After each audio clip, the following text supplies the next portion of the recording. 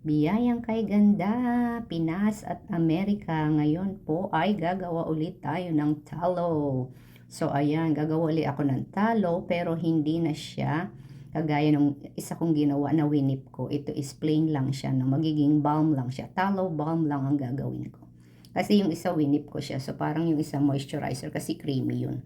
So ito, ang ginawa ko is 4 cups, no? So kasi marami na ngang nagme-message sa akin na gusto daw nilang i-try ang talo. So, ay ang ginawa ko is 4 cups. Ang ginawa ko. So, nilagay kong 4 cups dyan sa ibabaw lang ng stove yan. Slow cooking lang yung apoy ano para hindi maano yung mabigla yung talo.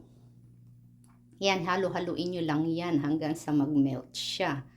So, ayan, 4 cups. Tapos dadagdagan nyo lang naman yung ano niya, yung sangkap niya, no? So, additional lang nyo, kagaya nitong virgin oil, no?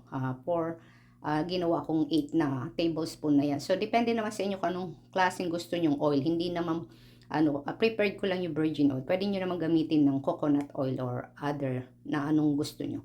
So, ayan, tas tin-transfer ko na nga sa maliit na, container. Kung makikita nyo is liquid pa siya. Ayan, liquid pa ang talo. Para pa siyang mantika. So, ayan, sinara ko muna siya, sinil ko muna. Kasi kailangan matulog ang talo. So, ayan. So, nung natulog na siya, ganyan na kanyang itsura. So, naging balm na siya, Ayan. So, sinil ko ulit siya. So, ayan. Ready sa mga nag-message. Salamat po.